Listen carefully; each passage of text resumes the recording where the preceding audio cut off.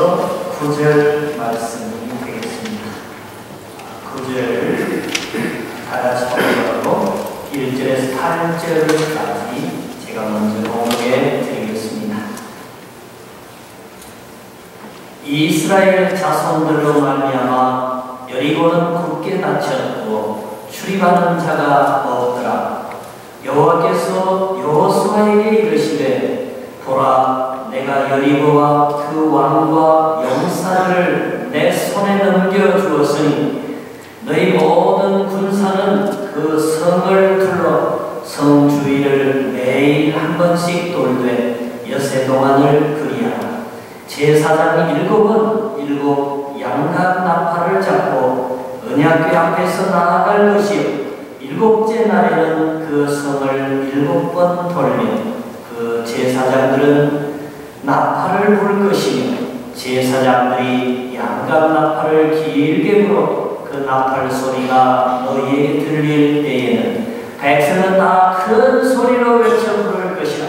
그리하면 그 성벽이 무너져 내리니 백성은 각기 앞으로 올라갈지니라 하시매 눈의 아들 여호수아가 제사장들을 불러 그들에게 이르되 너희는 언약궤를 메고 제사장 7은 양각 나팔 7을 잡고 여호와의 궤 앞에서 나아가라 하고 또 백성에게 이르되 나아가서 그 성을 돌되 무장한 자들이 여호와의 궤 앞에서 나아갈지니라 하니라. 여호수아가 백성에게 이르기를 마침에 제사장 7은 양각 나팔 7을 잡고 여호와 앞에서 나아가며 나팔을 불고 여호와의 언약궤는 그 뒤를 따르며 그 무장한 자들은 나팔 부는 제사장들 앞에서 행진하며 부부는 궤 뒤를 따르고 제사장들은 나팔을 불며 행진하더라. 하기 전에 오늘 언제 만나고 어디서 무슨 일을 하고 계획을 철저하게 짜고 가기를 그렇게 다녀오곤 합니다. 근데 제가 재작년에 한국을 방문할 때는 그렇게 하지 않기로 했습니다. 하나님께서 모든 만남을 예비해 주시고 필요하시면 하나님께서 어떤 장소든지 저를 보내시고 하나님이 나의 모든 계획이 되시고 내 그런 걸음을 인도해 주시기를 원합니다 하고 다 주님께 맡겨버렸습니다. 그래서 제가 어떤 교회에서 설교하고 하는 것은 현지에 있는 목사님 한 분이 그냥 알아서 하시라고 내가 그렇게 하고 한국에 들어갔습니다. 갔더니 주일날 예배 설교가 잡히는데 저는 생전 알지도 못하고 만난 적도 없고 모르는 교회에 가게 됐습니다. 구미에 있는 무슨 교회인데 가니까 그날이 어떤 날인가 하면은 필리핀에 단기 선교를 보내는 주일이에요. 그리고 그 교회는 필리핀 단기 선교를 처음 가는 거예요. 그래서 온 교회가 그때까지 기도하고 학생들 영어 훈련하고 해서 그날 파송하는 예배를 드리는 날이에요. 제가 너무 놀랐어요. 여러분 그때는 제가 니카라과에 선교 들어갔다가 마치고 바로 교회에 와서 선교 보고를 하고 한국에 나왔어요. 제가 니카라과에만 10번 단기 선교 다녀오고 코스타리카에 제가 5번 가고 멕시코에서도 5번 가고 정말 단기 선교에 관해서 제가 목회학 박사학위 논문을 쓸까 단기 선교에 관해서 단행본 책을 하나 낼까 고민을 하던 사람이에요. 그래서 선교에 관해서는 제가 할 말이 너무 많은 사람이고 하나님의 역사를 경험한 사람인데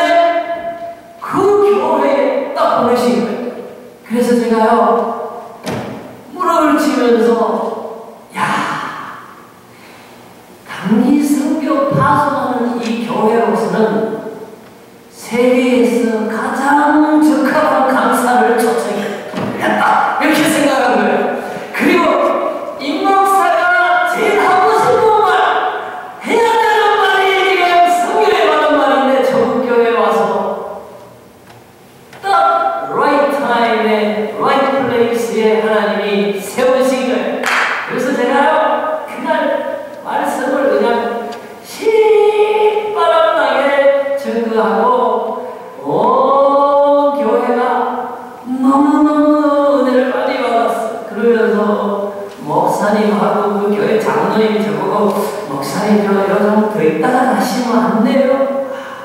내 모든 스케줄은 주님께 드렸습니다. 주님이 인도하십니다. 그러고 이제 구미역으로 이제 나오는 거예요. 근데 저를 누가 운전을 하냐면은 모범 택시 운전사인데 그 교회 안수집사예요. 그분이 저를 태우고 가는데 이래요. 목사님 저는요 저 택시 운전하지만은요 우리 구미 택시 운전수들 족구연합회 회장을 해요. 그래요. 그래요.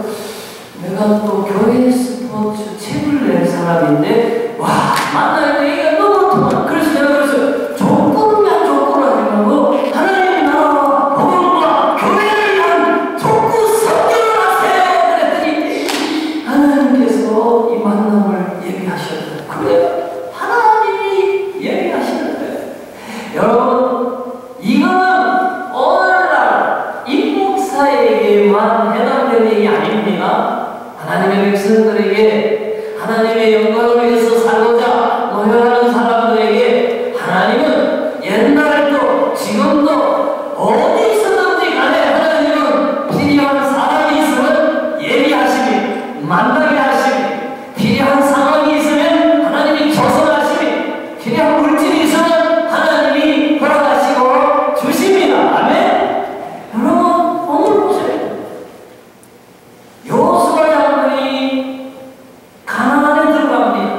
가나안 땅을 얻으려면 많은 전쟁을 해야 됩니다. 그 첫 번째 전쟁이 여리고성 전쟁입니다. 여기서 지면 사기가 바꿨거든요. 여기서 이기면 용기가 충천해서 이제 전복 전쟁에 큰 힘을 얻습니다. 대단히 전략적으로도 중요하고 정서적으로도 중요한 전쟁 일전을 앞두고 있습니다. 근데 보세요. 정탐꾼을 보냈어요. 정탐꾼이 여리고성을 정탐하고 이제 마지막으로 도망가기 위해서 기생 라합의 집에 숨어들었습니다. 근데 여리고성 첩보당국에서 첩보를 수집했어요. 이스라엘 스파이가 잠입했다고 하는데 기생 라합의 집에 숨어 있다고 하나. 그래서 정보국에서 무장병력을 들고 덮쳤습니다. 딱 잡힌 거예요. 끝난 거예요. 거기서 죽어야 정상적인 스토리예요. 근데 하나님이 어떻게 하셨어요? 라합의 마음을 바꾸는 거예요. 라합이 있다. 저 사람들이다 보면 죽는 거예요. 끝나는 거예요. 근데 그날 밤에 하나님이 라합의 생각을 바꿨어요. 하나님이 이 성을 여리고성을 이스라엘에게 주십니다. 이 성이 하나님의 백성에게 넘어갈 때 내가 사는 일은 이 정탐꾼들을 도와주는 것 외에는 내가 살 길이 없다 하시는 거예요. 그래서 거짓말했어요. 그 사람도 맞지만 갔습니다. 빨리 따라가 보세요. 저는 모릅니다. 누군지도 몰랐으면 그러고도 거짓말하고 그 사람들을 딱 그냥 지구에 가서 그냥 곡식 줄기로 덮어서 숨겨놨어요. 하나님께서 이스라엘을 위해서 예비한 사람입니다. 여리고성의 승리를 가져주시려고 이미 기생 라합을 준비했던 거예요. 정탐꾼들도 몰랐어요. 하나님이 그렇게 주도면밀하게 가장 급하고 필요한 때에 딱 라합을 등장시켜서 위기를 모면하게 하신 그때에 이미 여리고성의 승리는 이미 준비되어 있었던 겁니다. 그래서 우리가 이러한 믿음을 가져야 됩니다. 어떤 믿음? 하나님께서 내게 내가 무너뜨려야 하고 내가 넘어야 하지만은 내 힘으로 넘어뜨릴 수 없고 내 힘으로 극복하기 어려운 문제에 대해서 하나님이 해결하시기 위해서 하나님이 예비한 사람이 있다. 그 예비한 손길과 예비한 사람을 하나님의 때에, 나는 알지 못하는 때에, 그러나 은혜로운 하나님의 때에 예비하신 사람을 만날 수 있다고 하는 이러한 자신감, 이러한 믿음을 우리가 가지고 살아야 됩니다. 그런 믿음을 가질 때 우리는요, 평안합니다. 우리는 어떤 상황 속에서 정말로 용기 있게 살아갈 수 있습니다. 하나님의 예비하심 있습니다. 여러분, 이해가 무슨 뜻입니까? 하나님이 예비하신다는 뜻입니다. 아브라함의 제사를 위해서는 하나님이 어린 양을 숯불에 예비해 두셨습니다. 예수님이 6월절 객실을 찾을 때에 이미 방이 예루살렘 안에 준비되어 있었습니다. 여러분, 우리는 예비하시는 하나님을 알아야 됩니다. 내 인생의 반려자가 예비되어 있어요. 청년 여러분, 너무 조바심 내지 마세요. 하나님이 예비한 사람이 있습니다. 여러분, 내가 가장 필요할 때에 내가 해결할 수 없는 그 문제에 대해서 하나님이 해결하시는 예비하심이 물질적이든 인간적이든 영적이든 준비되어 있다는 것을 믿으시고, 어떤 상황 속에서도 안전하며 평안하며 용기 있으며 주를 신뢰함으로 영원으로 지나가는 저와 여러분 되시기를 주의 이름으로 부탁합니다. 네.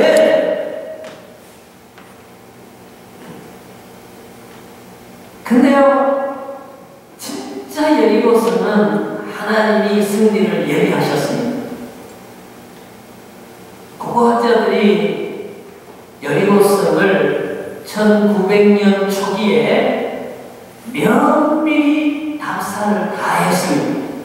근데 여리고성은 고고학자들이 답사하기가 좋은 게요, 성경이 그랬어요. 여리고성이 무너진 다음에 다시 여리고성을 짓는 자는 하나님이 저주하신다.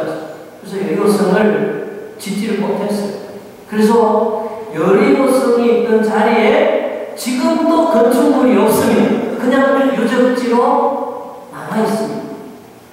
그래서 그걸 고고학자들이 이제 복원을 시도를 했는데, 발굴을 시도했는데, 저기 보시면 여러분, 여리고성이요, 벽이 하나만 있는 게 아니고 이렇게, 이게 실제 사람 크기라면 한 10배 되는 10m 정도의 흙벽돌을 부어서 만든 벽돌로 이렇게 여리고성이 1차 성벽이 있고, 그 다음에 한 10m 정도 격해가지고 성벽이 집도 있고 여기 망루도 있고 모든 군사들이 여기 직결해 있고요. 뒤에 또다시 벽이 하나 있었어요. 그러니까 자연적으로 이 여리고성을 넘어가서 정복한다는 것은 굉장히 힘든 그런 성입니다. 그래서 옛날에는 성을 가지고 있는 지역을 전쟁을 해서 뺐을 때에는 어떻게 하냐면 성 주위를 그냥 뺑 둘러 삽니다. 그래서 성 안에서 바깥으로 못 나오게 해요. 그건 뭘 의미하냐면은 양식을 못 구하고 식수를 못 구하게 해서 굶어 죽이는 거예요. 그래서 스스로 항복하고 문 열고 나오도록 그렇게 전쟁을 합니다. 그래서 구약 성경은 그러잖아요. 이방인들이 와서 예루살렘을 둘러싸는데 먹을 게 없으니까 나중에 뭐 낙이 한 마리가 뭐 예를 들어서 몇 억씩 하고 뭐 먹을 게 없으니까 애를 잡아먹고 뭐 하푼테가 비둘기 똥이에요. 비둘기 똥을 주워 먹기 위해서 그걸 많은 돈을 주고 값을 사고 하는 그런 사태가 일어나요. 왜? 애워사니까. 그러면 여리고성은 그렇게 전쟁하지 않았어요. 아주 대표적인 방법으로 전쟁을 하지 않았어요. 그러면 어떻게 전쟁을 했나? 고고학자들이 발굴해보니까 성벽이 무너졌는데 이 돌이 바깥으로 이렇게 잔해가 무너져 있고 그 위에 흙이 덮여 있었어요. 사다리를 타고 올라가서 무너뜨렸으면 성벽이 바깥에서 여리고성 안쪽으로 무너져야 그게 정상적이에요. 근데 보니까 벽돌이 무너졌는데 밑에부터 맨 끝까지 하나의 균열이 금이 쫙 가면서 갈라지는 거예요. 이거는 벽돌 하나하나를 뜯어낸 게 아니고 갑자기 큰 지진이 일어나서 성벽이 한참에 무너졌고 그리고 바깥쪽으로 무너져 내린 것이라는 결론을 내렸어요. 그리고 성 안에 가서 이제 유적을 조사해봤는데 항아리들이 발견이 됐어요. 근데 이 항아리 안에 곡식들이 들어있는 채로 발견이 됐어요. 이걸 뭘 말하냐면 보통 전쟁으로 만약에 함락이 됐다면 이 항아리에 곡식이 없어야 돼요. 그리고 함락이 돼야 되는데 곡식이 그대로 들어져 있고 성은 큰 지진이 나서 갑자기 무너져서 바깥으로 흘러내렸다. 성경은요, 이스라엘 백성이 하루에 한 바퀴씩 7일째에는 7바퀴 하루에 돌고 양각 나팔을 불면서 이야 하고 소리를 지를 때에 하나님이 무너뜨려버린 거예요. 하나님이 승리를, 여리고성의 승리를 주셨다는 것을 고고학자들이 증거한 것입니다. 여러분 이걸 하셔야 돼요. 우리가 내가 무너뜨리는 게 아니에요. 내 군사력으로, 내 병력으로, 우리 무장한 군사의 숫자로 이기는 게 아니라는 것을 하나님 보여주신 거예요. 전쟁은 하나님께 속한 것이라는 게 과연 무엇인가를 우리에게 보여주신 거예요. 여러분 이게 의미가 있습니다. 우리는 가나안으로 가는 이스라엘 사람들이 아닙니다. 여리고성은 더 이상 지구상에 존재하지 않습니다.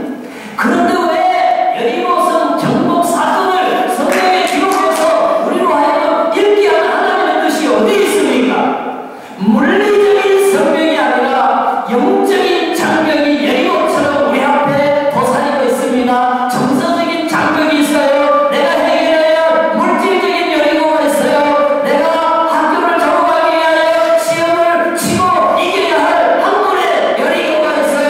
내가 이겨야 할 건강의 여리고가 있어요. 바로 그 여리고를 하나님의 방법으로, 하나님의 능력으로 아주 근본적으로 철저하게 준비하시고 때가 되면 완벽하게 무너지게 하겠다는 하나님의 비전입니다. 하나님의 말씀입니다. 하나님의 교훈입니다. 그리하여서 오늘날 하나님을 신뢰하는 사람, 오늘날 하나님을 믿고 천국의 가난을 향하여 나아가는 사람들에게 용기 있게 하고 격려해주고 어떤 어려움 속에서도 정말로 흔들리지 않게 하시는 하나님의 교훈과 그의 심각한 정말 뜻이 있는 것입니다. 여러분, 그렇기 때문에 여리고는 무너진다고 하는 이 믿음 저와 여러분 갖고 사실 수 있기를 주의 이름으로 축원합니다. 네, 감당합시다. 여리고는 무너지기 위하여 있는 것이다. 그리고 무너집니다. 여러분, 우리나라 6.25 전쟁이 언제 일어났습니까? 우리 태어나기 전이라서 난 모릅니다. 아니지요. 우리 소망에는 그때 너무 시뻘게 살아있었어요. 1950년에 6.25 전쟁이 일어났어요. 자, 그럼 6.25 전쟁 때 말이에요. 국민학교 5학년, 6학년이었어요. 그러면 참 기가 막힌 거 아니에요? 학교도 졸업을 제일 못하고 그냥 피난 갔다가 또 올라갔다가 또 후퇴해서 또 내려갔다가 지금 뭐 그런 분들 많잖아요. 그런데 말이에요. 아버지가 머슴이야. 아버지가 남의 집에 종살이 하면서 머슴이야. 자기 아버지 이름으로 가진 재산은 땅이 한 평도 없어. 그럼 어떻게 공부합니까? 어디서 취직합니까? 옛날에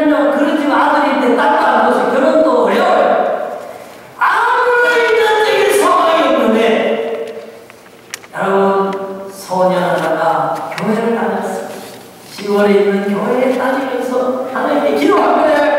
하나님, 이 전쟁 후에 하늘 끝도 먹을 것도 없고 의지할 데도 없고 돈도 없고 뺄도 없고 내가 어떻게 승동할 수 있습니까? 하나님이 도와주세요. 하나님이 도와주세요. 그러면서 구두 닦기하고 신문팔이하고 해서 고하고 중학교, 고등학교를 이제 마치게 됐어요. 근데요, 그 소년의 마음속에 그런 생각을 하셨어요. 오늘 우리식으로 말하면 여리고는 없다. 여리고는 무너진다. 하나님이 내 인생에 계획하시고 하나님이 나를 도와주시면 내 환경이 문제 안 된다 하는 믿음을 가졌어요. 그래서요, 이 사람이요 편지를 썼어요. 어디를 썼냐면요, 덴마크 국왕에게 편지를 씁니다. 왕이시여, 나는 대한민국의 전쟁 이후에 폐허된 나라에 그 백성들 중에서도 가장 가난한 사람들 중에 한 사람입니다. 그러나 저는 하나님을 믿는 사람입니다. 그리고 하나님도 오랫동안 기도해왔습니다. 어떻게 이 가난한 나라를 한번 일으켜보고 우리나라도 덴마크처럼 정말로 잘 사는 나라가 되게 하고 싶습니다. 바로 하여금 덴마크에 가서 덴마크의 선진 농업 기술과 학문을 익히고 돌아와서 우리 대한민국도 잘 살게 하는데 정말 기여하고 싶습니다. 왕이시여, 나에게 덴마크에 여할 기회를 주십시오. 여러분, 얼마나 이거 돈키호테 같은 편지예요. 이 편지가 덴마크 왕실에 날아갔어요. 왕실 비서관이 그걸 보고요, 쓰레기통에 버릴 수도 있잖아요. 가난한 나라에서 이런 없는 소년이 보냈는데, 근데요, 비서관이 그걸 보고 감동을 했어요. 왕에게 편지를 넘겨줬어요. 덴마크 국왕이 보더니 이 사람을 우리가 도와주자, 이 사람을 키워주자 해서 편지를 답장을 보내왔어요. 우리 덴마크는 당신을 국비로 모든 세금비와 모든 유학을 다 제공하고 그리고 비행기표까지 보내기로 했다. 아무 날 어느 학교로 유학을 와라 해서 이 사람이 덴마크에 유학을 갔어. 거기서 대학을 졸업했어요. 근데 덴마크에 가보니까 덴마크는 너무 잘 살아. 이미 그때 이거 세계에서 제일 잘 사는 나라예요. 근데 대한민국은 너무 못 살아. 60년 초에 혁명이 일어나긴 하는데 너무너무 못 살아. 그러니까 모델 국가로서는 너무 차이가 나는 거예요. 그래서 이 사람이 가만히 보니까 이스라엘이 그래도 대한민국보다는 앞서 있고 지금 덴마크보다 좀 뒤쳐져 있는 막 개발도상국. 그래서 이번에는 이스라엘 총리에게 편지를 썼어요. 같은 내용을 쓴 거예요. 그랬더니 이스라엘 총리가 오케이, 우리가 대한민국을 위해서 한 소년의 꿈을 이루어주기 위해서 당신이 하나님께 기도한다니까 우리가 도와주겠습니다 해서 이스라엘 벤구리온 대학교에 무료로 장학생으로 초청해주고 키부츠 농장에서 농업 실험을 실습을 할 수 있도록 기회를 드렸어요. 그래서 이스라엘어 6개월 배우고 4년 6개월 만에 거기서 박사학위를 받았어요. 그랬더니 박정희 대통령이 알아본 거예요. 그래서 이제 학위를 받았으면 빨리 대한민국으로 돌아와서 내가 하는 새마을운동을 좀 도와주시오 해서 그분이요 새마을운동을 하고 건국대학교 부총장으로 은퇴를 지금 75살 됐어요. 윤태영 박사에게 그분이 최근에 미래 소년 모임 이런 거를 최근에 결성했어요. 그분이 결성한 이유가 그거예요. 우리가 하나님을 믿고 하나님 안에서 꿈을 가지고 기도하고 노력하면 하나님이 우리의 길을 활짝 여시고 우리의 모든 여건을 초월해서 놀라운 일을 이루시는 분이 하나님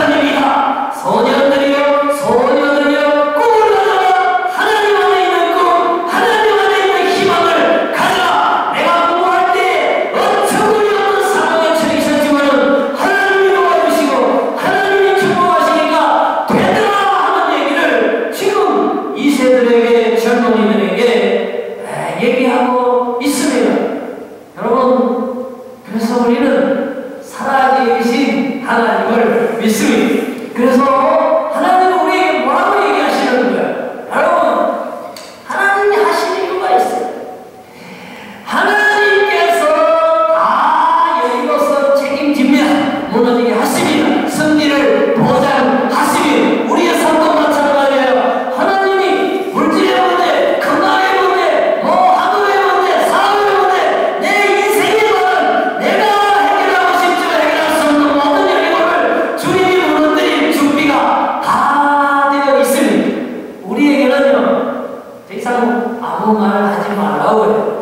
그리고서 무너질 때에 하나님 우리의 도움을 필요로 하지 않습니다. 그래서 아무 말 하지 말라고 했어요. 만약에 말을 하라고 했으면 그 사람들이 좋은 말 했겠어요? 그 땡볕에 전쟁하러 왔으면 활을 쏘든지 못 쓰면 돌멩이라도 하나 던지도록 해야지. 아무것도 안 하면 한 바퀴 뺑 돌고 가고 다음날 또 돌고 7일째는 7바퀴 뺑뺑이 돌렸으면 이럴 거 아니에요. 대만의 사람들이 뭐야 왜 뺑뺑이를 돌리는 거야, 뭐야 이러면서 막 10원짜리 막 내고 막 그래서는 안 돼요, 사람들이. 그러니까 하나님이 아무 말 하지 말라는 거예요. 순종하고 믿고 따라가면은 나머지는 내가 책임진다는 게 그 속에 다 담긴 거 아니에요. 왜 은약계를 가지고 돌라 그랬습니까? 창과 활과 칼을 가지고 돌지 않고 왜 양강 나팔을 불면서 돌아라 그랬어요. 우리가 우리 삶에서 하나님을 신뢰하고 하나님을 사랑하고 하나님의 말씀을 우리 삶 가운데 중요하게 생각하고 예배하고 찬양하면서 믿음으로 살면 불평하지 아니하고 원망하지 아니하면 이것을 무너뜨리면 내가 안다. 하나님이 책임진다는 교훈과 메시지를 거기에 담아 주신 줄로 믿습니다. 그렇기 때문에 여러분, 하나님의 여리고성에 무너지는 역사가 나타날 때까지 여러분 모든 부정적인 말, 모든 쓸데없는 말 하지 마세요. 잠잠히 입을 닫고 기다리세요. 우리가 할 얘기도 하나님께서 여호수아에게 최초에 하신 말씀과 똑같습니다. 강하고 담대하라, 두려워하지 말라, 놀라지 말라, 내가 너와 함께하리라 하는 그 말씀만 붙잡고 있으면 돼요. 우리가 할 일은 모세를 통해 주신 하나님의 말씀 그대로 좌로도 우로도 치우치지 않고 말씀대로만 살면 나머지는 하나님이 책임지시는 거예요. 아멘. 그래서 저와 여러분 감사하면서 하나님이 무너뜨리신 여리고를 기대하면서 우리는 여전히 하나님을 신뢰하면서 찬양하고 예배하고 말씀 중심으로 살아가며 선언해가면서 진군하다가 그날의 여리고성을 무너뜨리는 놀라운 승리를 경험하는 여호수아와 같은 저와 여러분 되시기를 주님 이름으로 축원합니다. 아멘. 하나님은 이러한 믿음을 찾으세요. 이런 믿음을 가진 사람에게 역사하십니다. 그런 믿음을 갖고 있으면 우리 일생 안에, 우리의 가정과 교회 안에, 내가 추구하는 남은 생활에 반드시 여리고성은 무너져 내리게 되어 있어요. 하나님은 그런 사람에게 반드시 역사를 하십니다. 아멘. 1944년 6월 5일 밤은 인류 역사상 굉장히 중요하고 의미 있는 밤이었어요. 여러분, 1944년이면 세계사적으로 무슨 일이 일어났어요? 2차 대전이 일어나가지고 독일하고 온 유럽의 세계 연합군이 맞붙어서 싸우고 있었어요. 근데요, 독일 한 나라에 이기지를 못해요. 바로 그 게르만 민족이요. 보통 사람들. 공중에서는 독일 공군이 맹위를 떨칩니다. 육지에서는 독일군 전차 롬멜 장군에게 녹아내립니다.